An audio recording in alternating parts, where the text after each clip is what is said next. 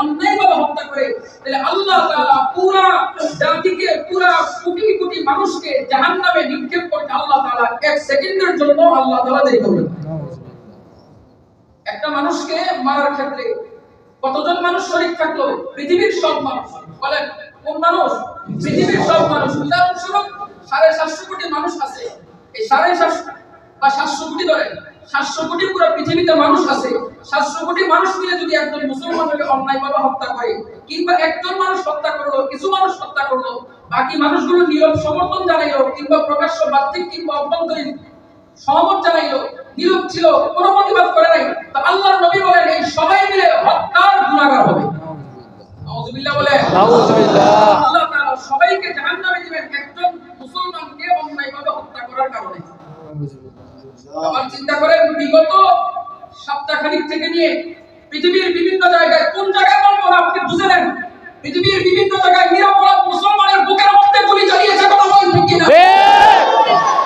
কারো চোখের মধ্যে গুলি চালিয়েছো, কারো মাথার মধ্যে গুলি চালিয়েছো। খোদার কসম করে বলতেছি, শোনো, সত্য কথা গোপন করার হিম্মত আল্লাহ দেয় নাই, সত্য কথা গোপন করতে পারবো না। তোমরা যারাই খুনের সাথে জড়িত ছিলা, তোমাদের দিন থেকে মালিক শান্তি দূর করে অশান্তি দিয়ে দিবেন, মনের মধ্যে ভয় ঢুকিয়ে দিবেন, মরণ পর্যন্ত শান্তি পাইবা না। অন্যায়ভাবে একটা মানুষকে কেউ যদি হত্যা করে, তার দিল থেকে আল্লাহ তাআলা প্রশান্তি দূর করে দেন।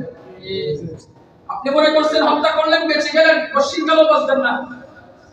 একজন লোক সাধারণ মানুষ, অপরাধ না, সাধারণ মানুষ, রাস্তার ধারে ধারে ঘুমায়, ফুটপাতে ঘুমায়, আরামের ঘুম।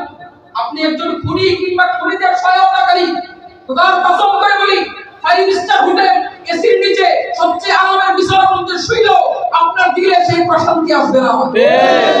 কেন? একটা মানুষকে হত্যা করার কারণে। এবার চিন্তা করেন, কোন দিকে যাবেন মুসলমান? কোন দিকে যাবেন? হত্যাকারীর সাথে থাকবেন নাকি মুসলমানদের সাথে থাকবেন? এটা মুহররম মাস চলতেছে। কি মাস? মুহররম মাস। মুহররম মাসের দুইটা বিষয় বাংলাদেশে বেশি আলোচনা হয়। এক হলো আলোচনা হয় যেটা পূর্ব থেকে মুহররম মাস আশুরার যে মূল তাৎপর্য, সেটা হলো ফেরাউন আর হলো মুসা আলাইহিস সালামের বিষয়। আল্লাহ তাআলা ফেরাউনকে নীল নদে ডুবিয়ে মারছে, মুসা এবং তার বাহিনীকে বিজয় দিয়েছে। ফেরাউন ছিল স্বৈরাচারী শাসক, জালেম, মুসলমানকে, মানুষদেরকে অন্যায়ভাবে হত্যা করতে অধিকার ছিনিয়ে নিত। আল্লাহ তাআলা সুযোগ দিয়েছে 400 বছর। কয় বছর? 400 বছর ক্ষমতায় ছিল, 400 বছর জুলুম করছে, 400 বছর স্বৈরাচারী শাসক ছিল। কিন্তু আবার আপনাদের কাছে প্রশ্ন, এই যে তুমি যে জুলুম করছো, জুলুম করে কি পাপ পেয়েছে? না। মানুষগুলো মনের মধ্যে বলছে না, আমরা বলি না অনেক সময়, তো এরাও তো মনে মনে বলছে আল্লাহ এতগুলো জুলুম করলো, আপনি এখনো ফেরাউনকে কিছু করলেন। কিন্তু আল্লাহ তো কোরআনে এবং হাদিস দ্বারা আমরা পড়লে এটা বুঝি, আল্লাহ বলে আল্লাহ জালিমকে ছাড় দেয় কিন্তু ছেড়ে দেয় না। আল্লাহ তাআলা বলেন যে ব্যক্তি, আল্লাহ হাবিব বলেন যে ব্যক্তি জুলুম করে, ওই ব্যক্তি দুনিয়াতে শাস্তি পায় না। পরকালে মর্যাদা শাস্তি পাইবা, তবে দুনিয়াতেও শাস্তি পাইবা মানুষের উপর জুলুম করার কারণে। এই কারণে আমি আমার জাতিকে সতর্ক করতে চাই, আমি আমার জাতিকে এই কথা বলতে চাই, তুমি তোমার জানের নিরাপত্তা যে পরিমাণ দাও, তার চেয়ে বেশি অন্য মুসলমানের জানের নিরাপত্তা তোমাকে দিতে হবে। কথা কি বুঝাইতে পারলাম? শুনে, আপনি মারা গেলেন অন্যায়ভাবে, আপনি মারা গেছেন, বেঁচে গেছেন। আর যে ব্যক্তি আপনারা মারছে, এই ব্যক্তি মরে নাই, বাইচা রয়েছে, কিন্তু এই ব্যক্তি বাইচাও মেরে গেছে। কথা কি বুঝাইতে পারলাম? বুঝবেন কথাগুলো, খুব মন দেওয়া। এই কারণে আমার ভাই আপনাদেরকে সতর্ক করব, সত্যের পথে থাকেন, সত্য কথা বলে, সত্যের পক্ষে স্লোগান দেন। আজাইরা বিভিন্ন কারণে দুনিয়ার স্বার্থে, দুনিয়ার রূপে, টাকা পয়সার স্বার্থে, ক্ষমতার স্বার্থে অন্যায়ের জুলুম করেন না, দুনিয়াও সুখ পাইবেন না, আখিরাতেও সুখ পাইবেন না। আমরা তো কারো থেকে ক্ষমতা চাই না, চাইছি? তবে মুসলমান, আমি আপনাদেরকে আমার জাতি একটা সুসংবাদ দেই। আপনারা হয়তো ভেবেছেন বাংলাদেশের আকাশে কালো ঘন মেঘ আপনারা দেখতে পেয়েছেন এবং শুনেছেন। আল্লাহর কসম, আল্লাহর উপর বিশ্বাস এবং আশা এবং ভরসা নিয়ে এই কথা বলতে পারি, বাংলাদেশের ভাগ্য আকাশে মেঘের আড়ালে সূর্যের রেখা দেখা যায়। ঠিক কিনা বলেন? আগামী দিনের বাংলাদেশ মুসলমানের বাংলাদেশ, ইনশাআল্লাহ। আগামী দিনের বাংলাদেশ ইসলামের বাংলাদেশ, ইনশাআল্লাহ। আমি আপনাদেরকে সুসংবাদ পারি, শুনে যাই, যেই জমিনের মধ্যে মুসলিমদের রক্ত ঝরে, সেই জমিনে ন্যায়, ইনসাফ আর ইসলাম প্রতিষ্ঠিত হয়, ইনশাআল্লাহ। অতএব হীনমন্যতার কোনো কারণ নেই। হীনমন্যতার কোনো কারণ নাই। ইনশাআল্লাহ সুদিন আসতেছে, রাত যত গভীর হয় ভোর তত নিকটে চলে আসে।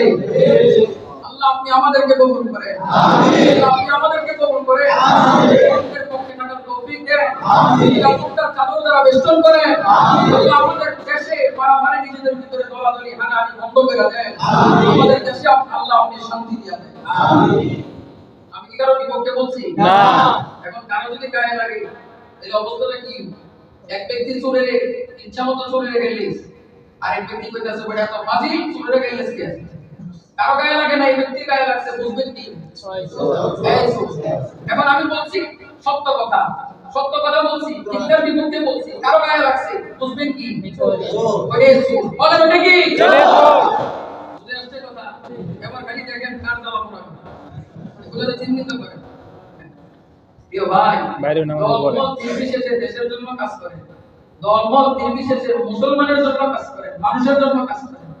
আমরা আপনাদেরকে মিথ্যা শোনাই না, আপনাদেরকে ক্ষমতা নিতেও চাই না, দলাদলি করতেও চাই না। আমরা বলি দেশে শান্তি আসুক, এটা বলি। আমরা আপনাদেরকে মারুক অথবা আরেকজন মাইকা, এগুলো আমরা বলি না। আমরা চাই শান্তি আসুক।